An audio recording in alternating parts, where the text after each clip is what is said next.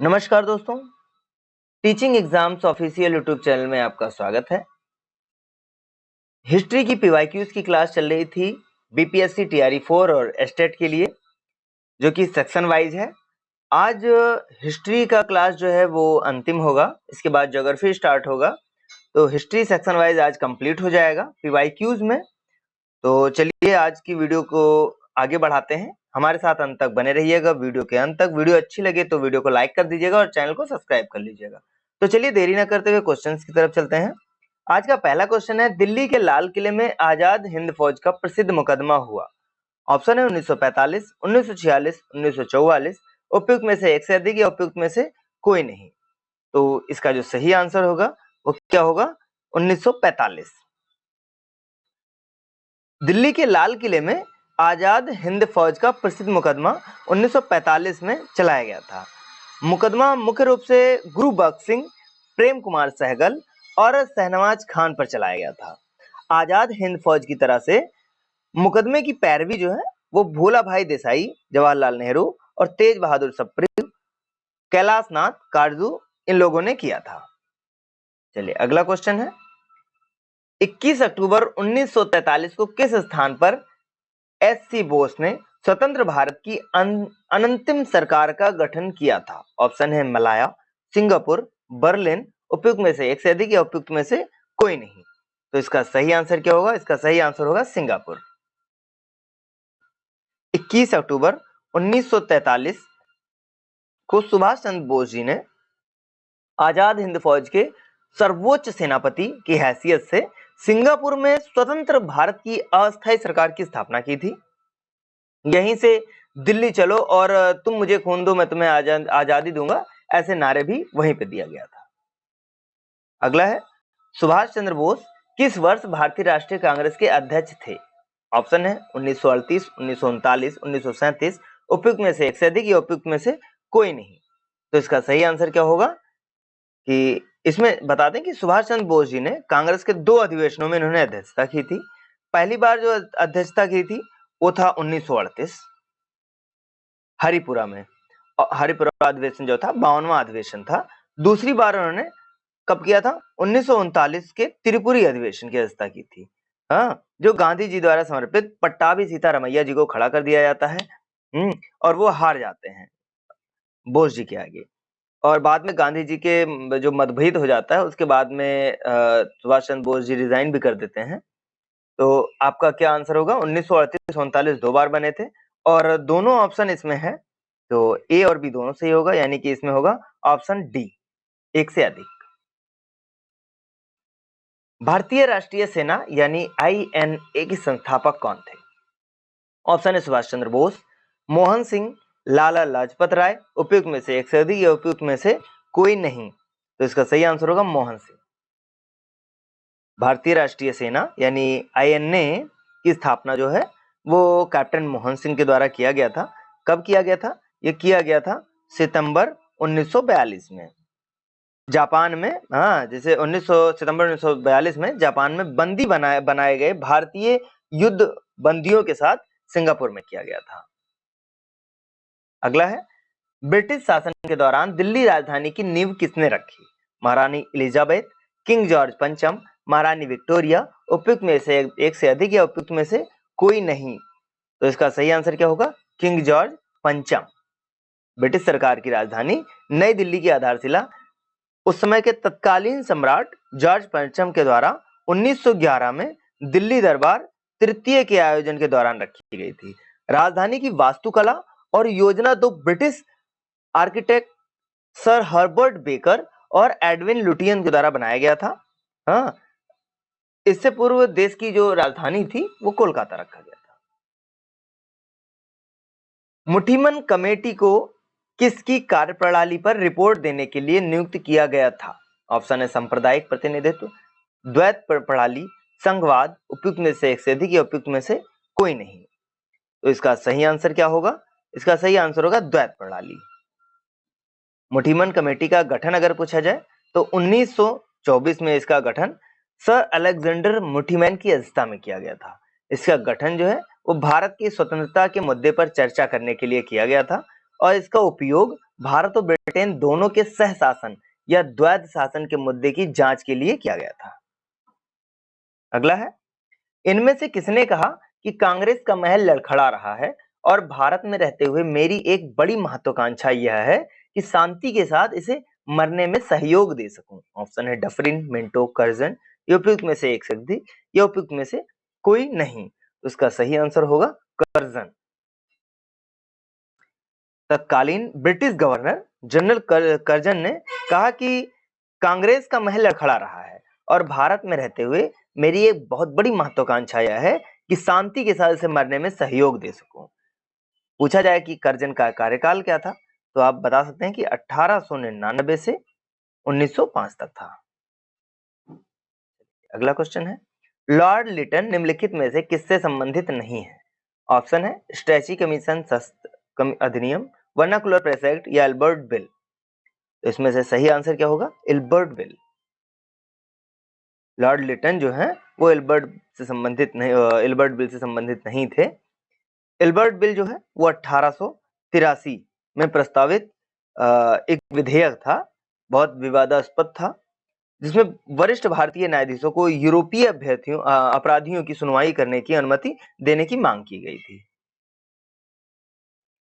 भारत सरकार अधिनियम 1935 को किसने गुलामी का चार्टर बताया? ऑप्शन है महात्मा गांधी, नेताजी सुभाष चंद्र बोस, मौलाना हजरत मोहानी। उपयुक्त में से एक से अधिक या उपयुक्त में से कोई नहीं। तो आपको बता दें कि भारतीय शासन अधिनियम 1935 को दास्ता या गुलामी का चार्टर जवाहरलाल नेहरू ने कहा था, जो कि आपके ऑप्शन में नहीं है।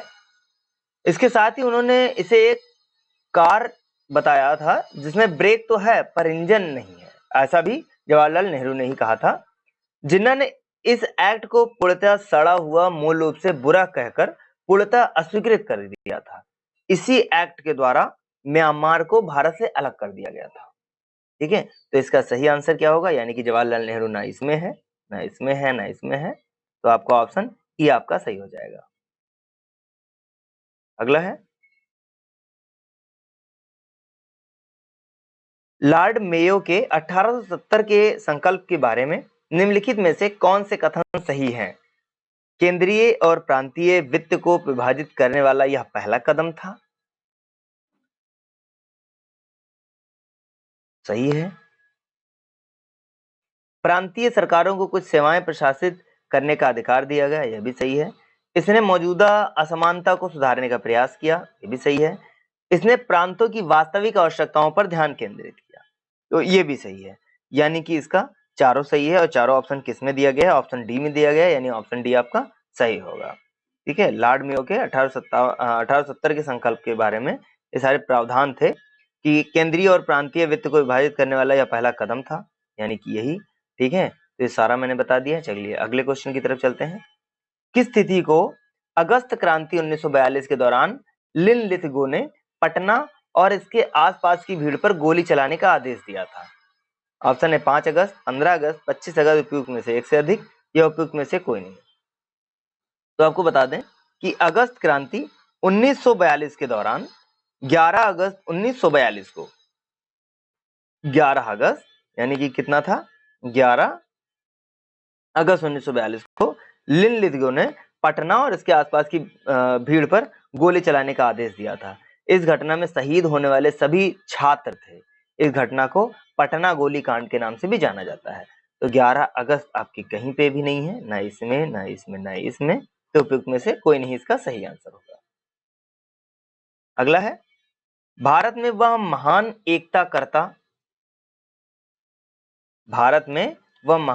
एकता करता था जिसने केवल दूसरों को सहिष्णु की ही नहीं बनाया, अपितु उनको अपने मित्रों और साथियों में आपसी जिम्मेदारियों के साथ भी स्वीकार्य करवाया था। यह किसने लिखा है?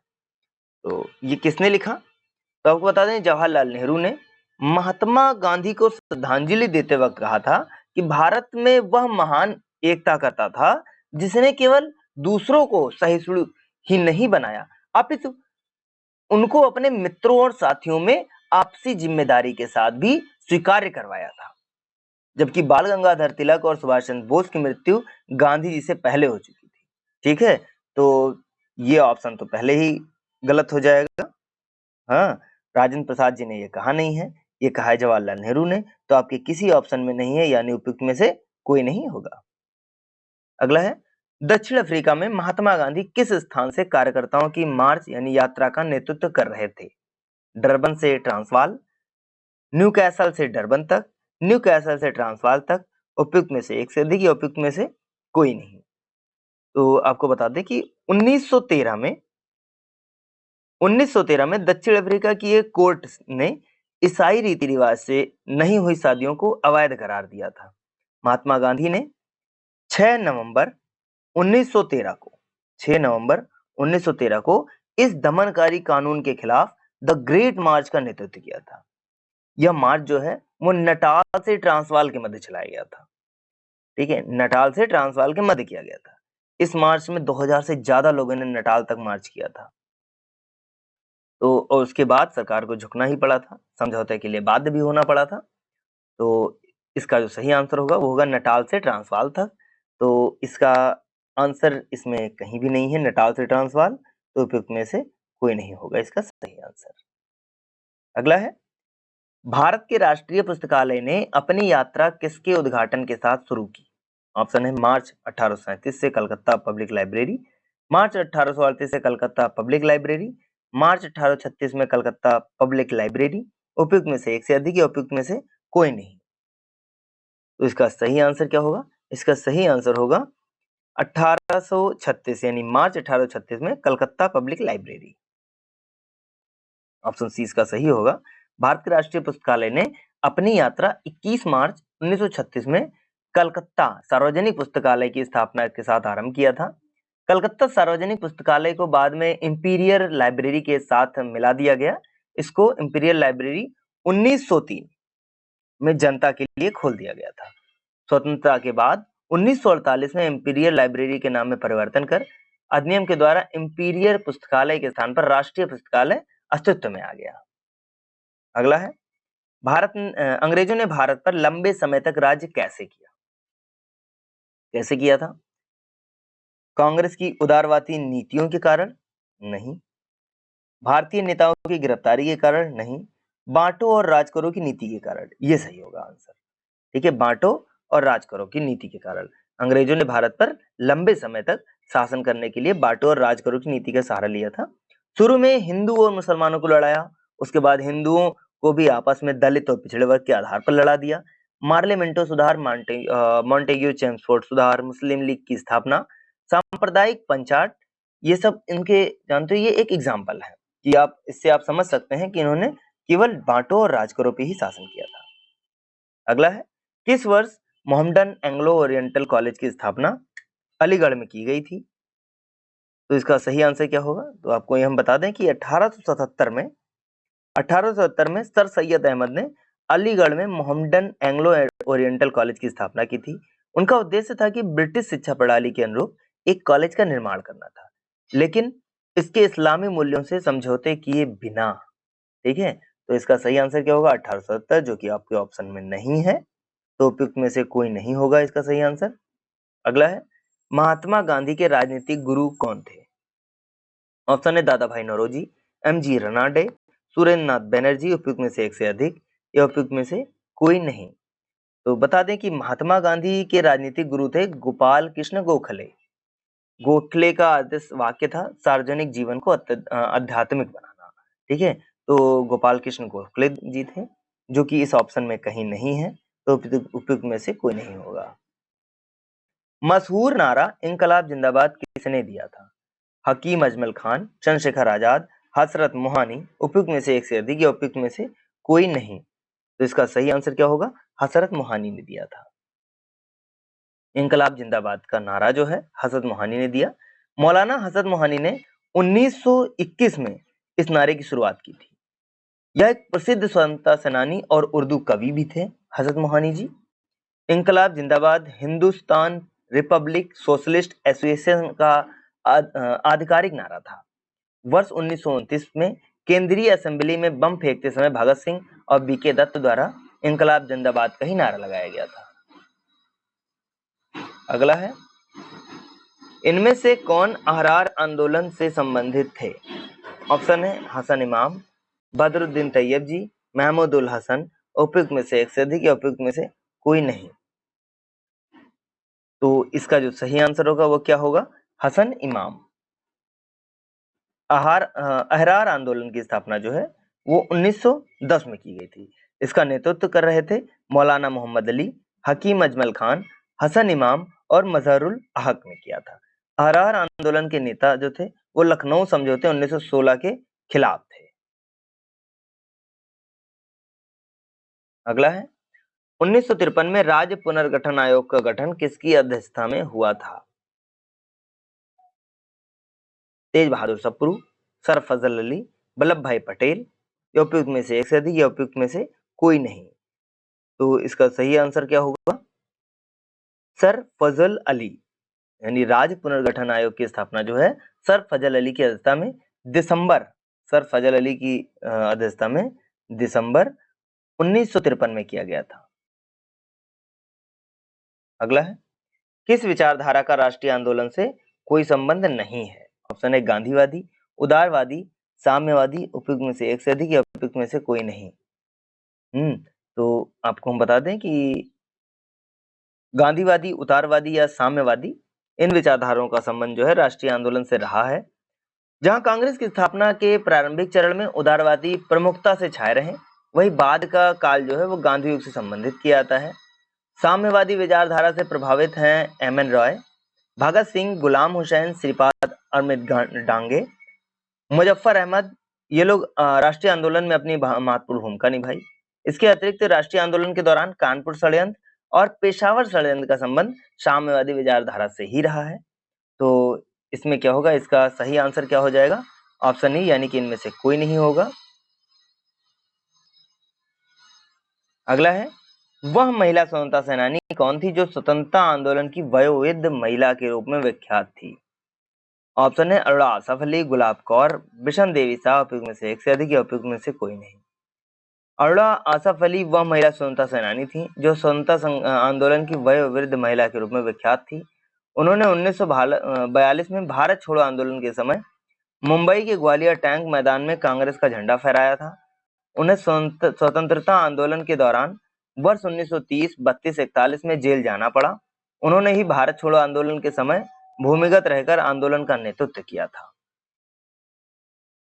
ऑप्शन है तो इसमें ऑप्शन कौन सा सही होगा? अरुणा आसफ अली। सूची 1 को सूची 2 से सम्मिलित कीजिए। सूची 1 है और सूची 2 है। तो भारत सेवक समाज जो है, भारत सेवक समाज वो किससे सम्मिलित है? गोपाल कृष्ण गोखले से, यानी कि गोपाल कृष्ण गोखले से संबंधित है। तत्वबोधिनी सभा जो है वह देवेंद्रनाथ टैगोर से है। आत्मीय सभा जो है राजा राम मोहन रॉय से है। अगर यहाँ पे एक और बता दूं कि भारतीय ब्रह्म समाज अगर पूछा जाए तो केशव चंद्र सेन से है। वैसे इन तीनों का ऑप्शन है ऐसे, यानी कि ए में होगा दूसरा। ए में दूसरा कहाँ कहाँ है? यानी एकमात्र यहीं पे है। बी में होगा पहला, बी में पहला भी यहीं पे है। सी में होगा तीसरा, यानी कि ऑप्शन ए हमारा सही होगा। अगला है अंबाबाई एक स्वतंत्रता सेनानी भारत के किस राज्य की थी? ऑप्शन है केरल, कर्नाटक, आंध्र प्रदेश या मध्य प्रदेश। तो इसका सही आंसर होगा कर्नाटक। कर्नाटक हो। अंबाबाई एक स्वतंत्रता सेनानी भारत के कर्नाटक राज्य की मूल निवासी थी। उन्होंने उडुप्पी में शराब और विदेशी कपड़ों की दुकानों का विरोध किया था। 12 वर्ष की आयु में इनका विवाह हो गया और 16 वर्ष की आयु में इन्होंने अपने पति को खो दिया था। इसके बाद वह भारतीय स्वतंत्रता की लड़ाई में शामिल हो गई थी। अगला है भारत के स्वतंत्रता संग्राम के दौरान निम्नलिखित घटनाओं पर विचार कीजिए। ऑप्शन है होम रूल। तो स्वतंत्रता संग्राम के दौरान निम्नलिखित घटनाओं पर विचार करना है। होम रूल, सूरत, खेड़ा और मिंटो मार्ले मिंटो। तो ये क्रम के अनुसार लगाना है। तो आपको बता दें कि सूरत विभाजन जो हुआ था वो 1907 में हुआ था। कब हुआ था? 1907 में। मार्ले मिंटो कब हुआ? मार्ले मिंटो हुआ था 1909 में। खेड़ा कब हुआ? तो खेड़ा हुआ था 1918 में। इसके अलावा होम रूल कब हुआ था? होम रूल हुआ था 1916 में। तो सही सीधी सी बात है कि दूसरा होगा, यानी कि दूसरा हमारा यहाँ है और यहाँ भी है। उसके बाद में दूसरा हो गया, इसके बाद 1909 होगा, यानी कि चौथा होगा, चौथा यहाँ पे है, यानी कि हमारा क्लियर हो गया है, ये हमारा ऑप्शन बी हमारा सही हो जाएगा।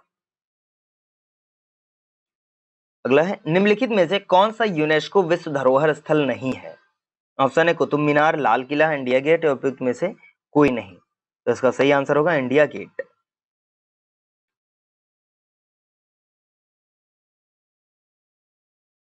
कुतुब मीनार जो है वो 1993 में और लाल किला 2007 में यूनेस्को के विश्व धरोहर स्थल में शामिल हुआ था। भारत के कुल 43 स्थल हैं विश्व धरोहर स्थल यूनेस्को में शामिल हैं। अगर पूछा जाए तो कितने हैं? 43 हैं। अगला है, डॉक्टर बी आर अम्बेडकर के विषय में निम्नलिखित में से क्या सत्य है? उन्होंने मूक नायक का प्रकाशन किया था।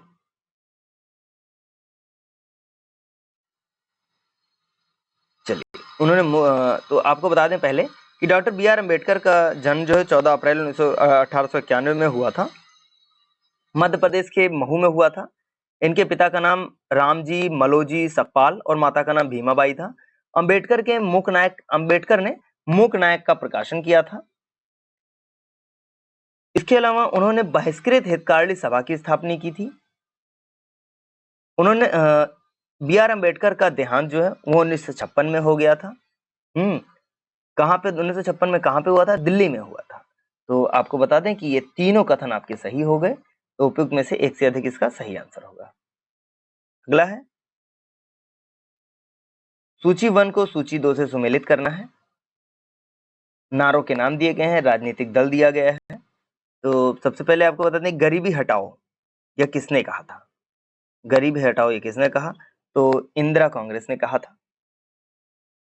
गरीबी हटाओ इंदिरा कांग्रेस ने कहा था। लोकतंत्र बचाओ ये जनता दल का नारा था। जोतने वालों की भूमि ये वाम मोर्चा का था। इसके अलावा तेलुगु के स्वाभिमान की रक्षा ये एनटी रामाराव का था। ठीक है, तो यानी कि ए में दूसरा होगा, ए में दूसरा यहाँ भी है, यहाँ भी है। बी में आपका तीसरा होगा, यानी यहाँ ही है, यानी कि ऑप्शन बी आपका सही जा रहा है, यानी कि ऑप्शन बी आपका बिल्कुल सही होगा। अगला और आज का अंतिम क्वेश्चन है, 1938 में किसकी अध्यक्षता में राष्ट्रीय योजना समिति की स्थापना की गई थी? ऑप्शन है डॉक्टर राजेंद्र प्रसाद, सुभाष चंद्र बोस, जवाहरलाल नेहरू, उपयुक्त में से एक से अधिक या उपयुक्त में से कोई नहीं। तो इसका सही आंसर होगा जवाहरलाल नेहरू। 1938 में जवाहरलाल नेहरू की अध्यक्षता में राष्ट्रीय योजना समिति की स्थापना की गई थी। राष्ट्रीय योजना समिति यानी एनपीसी की स्थापना सुभाष चंद्र बोस की पहल पर की गई थी। इसकी स्थापना से ही स्वतंत्रता के लिए राष्ट्रीय संघर्ष के वाम राजनीति के प्रभाव का समावेश हो गया था। तो ये हमारा अंतिम वीडियो था, हिस्ट्री पोर्शन का, यानी हिस्ट्री सेक्शन का ये अंतिम वीडियो था। अब अगला जो वीडियो होगा वो नए टॉपिक पे होगा, यानी ज्योग्राफी हो सकता है अगला। आशा करते हैं जो हमने वीडियो दी है वो आपको पसंद आई होगी और आपके परीक्षा के दृष्टि से बहुत ही उपयोगी होगी। तो वीडियो को अंत तक देखें। जो भी मैंने सेक्शन वाइज जितनी भी वीडियोस बनाई हैं वो सारा का सारा आप देखते चलिएगा। प्रिपरेशन आपकी अच्छी हो जाएगी। पीवाईक्यू से रिलेटेड है तो कंफर्म है कि इससे क्वेश्चन फंसते ही फंसते हैं। और जीएस है यानी कि 100% सेम टू सेम आपके क्वेश्चन आपके फंसने वाले हैं। क्वेश्चन को अंत तक देखिएगा, मतलब जितने क्वेश्चन हैं वो अच्छे से रिवाइज कर लीजिएगा, क्योंकि ज्यादा से ज्यादा क्वेश्चन पीवाईक्यू से ही पूछे जाते हैं। आशा करते हैं कि वीडियो आपको अच्छी लगी होगी, तो वीडियो को लाइक कर दीजिएगा, चैनल को सब्सक्राइब कर दीजिएगा। धन्यवाद।